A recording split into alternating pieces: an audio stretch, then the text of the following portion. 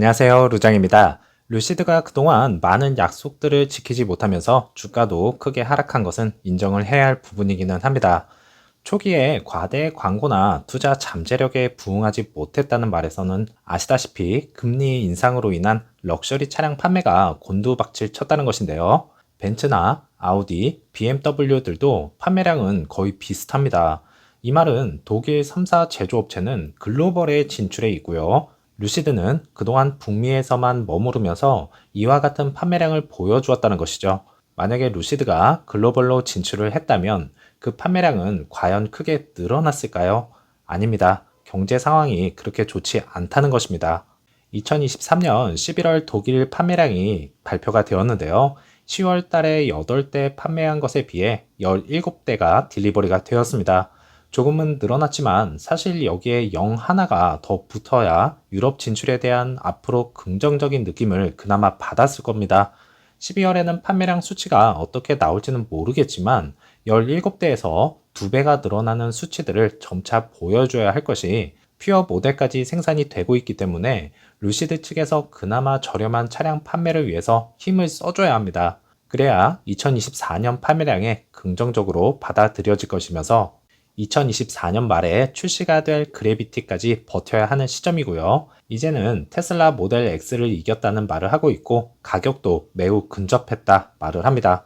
경쟁사인 테슬라 모델 X를 제치고 레저용 차량인 브랜드의 두 번째 차량 그래비티는 더 넓은 공간과 더 나은 주행거리, 그리고 사람들이 루시드 질감이 더 좋다고 생각한다 전하면서요. 가격이 이제 8만 불 미만으로서 많은 소비자들의 관심을 끌 것으로 예상을 하고 있죠. 그래서 앞으로 차량과 주식은 테슬라 대신에 루시드를 사야 하는 게 맞는 것일까요? 사실 정답은 없지만 루시드가 엄청난 SUV를 선보였기 때문에 앞으로 미드 사이즈와 저가형 모델까지도 기대를 크게 걸어도 될 상황일 것 같습니다. 주식시장은 늘 그러하듯이 어느 게 더 낫다, 어떤 게 더 좋다라기보다는 내가 투자한 종목이 기술 발전이 꾸준하게 이루어지고 있는지, 그리고 앞으로 경쟁력이 생겨날 수 있는지 체크를 지속적으로 해야 하는 것이 장기 투자의 길을 걷는 거라 생각을 합니다. 그래서 루시드의 미래에는 어떤 일이 일어날지 아무도 모르지만 꾸준히 언급해드린 그래비티, 그리고 최고의 기술력을 보여준 사파이어로 인한 다른 기업들과의 파트너십 체결, 그리고 사우디아라비아의 첫 번째 가동시설인 연간 5,000대를 생산할 수 있는 AMP2로 인해서 수요량이 폭발하는 모델에 대비를 하고 있는 중이죠. 미래는 미래일 뿐이고 현재 상황도 살펴봐야 되겠죠. 당장 다음 주 18일에 나스닥 100에서 퇴출이 되면 이전 영상에서 다루었듯이 리비안처럼 진행이 될 가능성이 상당히 높다 볼 수가 있겠는데요. 하지만 잘 생각해 보시면 그동안 나스닥 100 진입 후 루시드 측에서 좋은 실적을 보여준 적은 없었지만 어떠한 호재성에도 꿈쩍도 하지 않은 주가를 보셨을 겁니다. 하지만 이전에 나스닥 100 입성 전에 주가를 보면 에어세단 출시 기대감으로 상당히 큰 폭으로 상승을 한 적이 있었다는 것이죠. 단기적으로 보면 큰 하락폭이 예상이 되지만 앞으로 어떠한 호재성에도 크게 움직이는 주가가 될 수 있다는 겁니다. 이 점을 우리는 알고 있어야 하는 것 아니겠습니까? 리비안도 마찬가지였고요. 지수의 압박 속에서 자유로워지면서 상승과 하락, 변동성은 커질 수 있습니다. 그렇지만 루시드가 바닥까지 보여준 마당에 자금 조달 소식 등을 빼고는 큰 리스크는 없지 않을까요? 현재 791개의 기관이 들어와 있고요. 725개의 기관이 롱 포지션을 취하고 있는 중이지만 18일 이후 기관들의 포지션은 어떻게 변화가 될런지도 지켜보셔야 할 것입니다. 12월 6일까지 보고가 된 내용 중에서는 PIF와 루시드는 분명히 대주주로서 연관성은 확실하잖아요. PIF가 최근 시티그룹의 지분을 증가시켰다는 내용도 지난 영상에서 다루었었는데요. 이러한 이유에서일까요? 시티그룹만 보면 루시드 보유 수량을 늘려가고 있는 중이죠. 셀 항목에는 시티그룹이 이제 풋 옵션과 콜 옵션을 동시에 잡았었고요.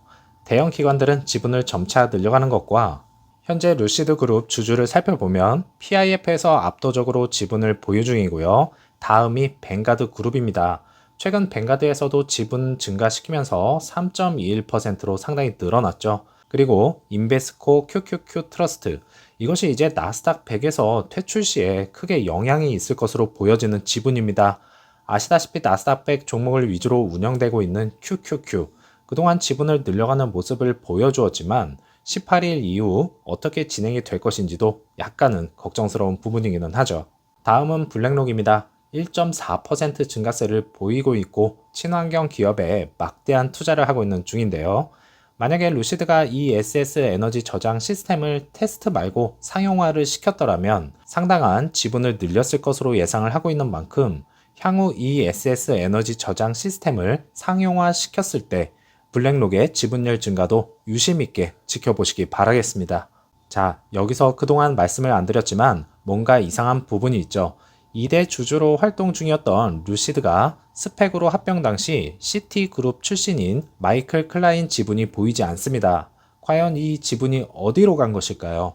마이클 클라인 스펙 CCIV는요, 상장 3년 만에 운영 중단을 밝히면서 역대급으로 큰 거래였던 루시드 그룹과 합병을 시켰잖아요. 큰 성공을 이루는가 싶더니 2022년 강화된 스펙 회사들의 조사와 신규 상장에 대한 열악한 시장으로 인해 스펙의 매력이 희미해졌다는 것입니다.